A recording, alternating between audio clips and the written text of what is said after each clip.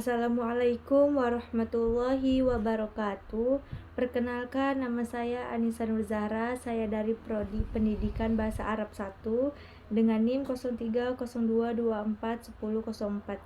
Di sini saya ingin menjelaskan dari pelajaran filsafat ilmu bab 3, yaitu perbandingan ilmu dan pengetahuan.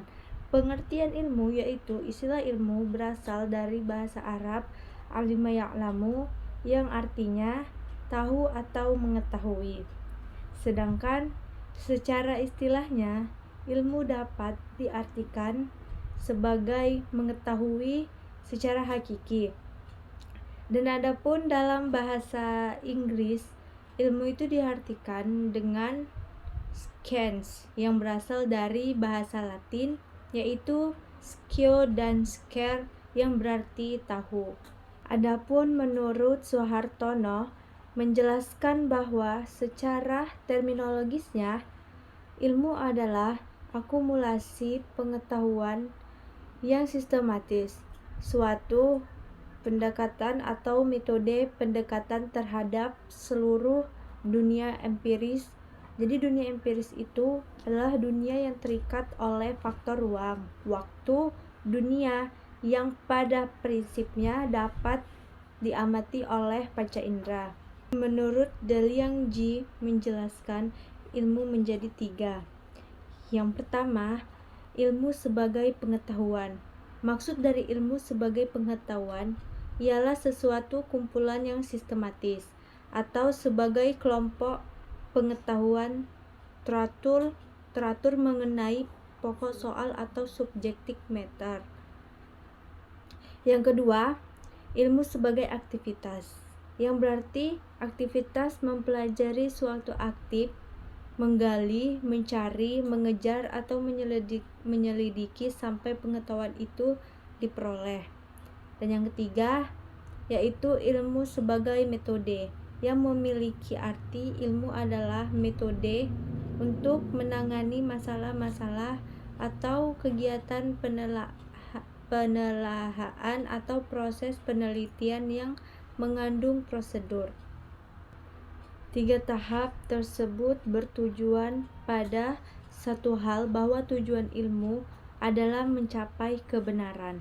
Dan dalam pencapaian tersebut, ilmu itu memiliki karakteristik tersendiri yang harus diketahui, yaitu ada sistematisasi, keumuman, rasionalitas, objektivitas, verifiabilitas, dan komunilitas. Selanjutnya, saya akan menjelaskan pengertian pengetahuan.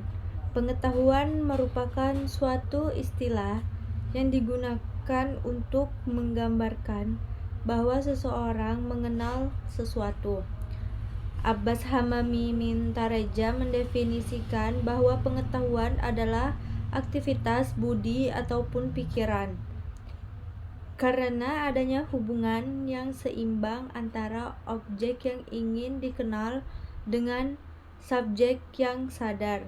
Selanjutnya, saya akan menjelaskan ilmu plus pengetahuan sama dengan ilmu pengetahuan.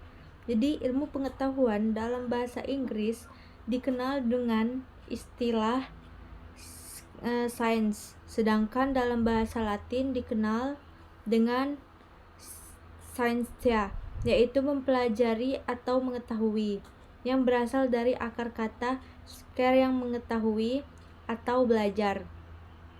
Dapat dipahami bahwa ilmu pengetahuan berbeda dengan pengetahuan, sebab harus diketahui bahwasannya tidak semua pengetahuan dapat dikatakan sebagai ilmu.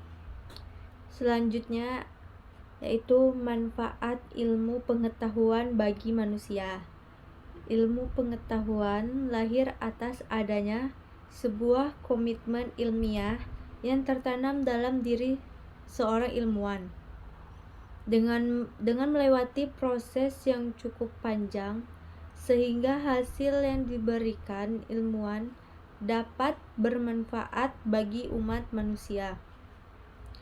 Adapun manfaat ilmu pengetahuan bagi manusia yang disusun oleh Soehartono, yaitu dapat mengembangkan ilmu pengetahuan, teknologi, dan perindustrian dalam batasan nilai ontologis.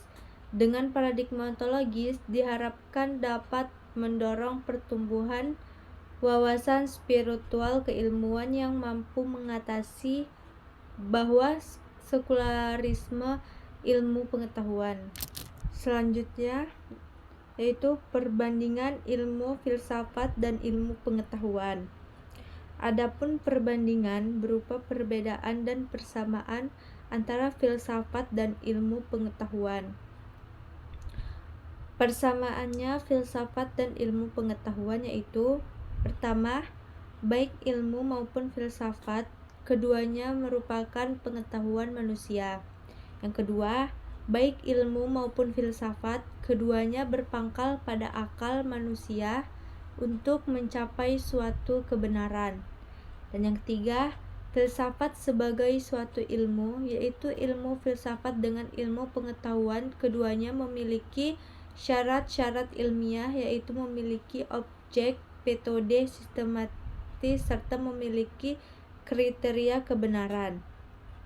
Dan adapun perbedaan filsafat dan ilmu pengetahuan yaitu: yang pertama, filsafat merupakan induk ilmu pengetahuan, maka pertumbuhan dan perkembangan ilmu sangat ditentukan filsafat, yaitu prinsip metodenya maupun dalil-dalil yang diturunkan pada ilmu dikembangkan oleh filsafat.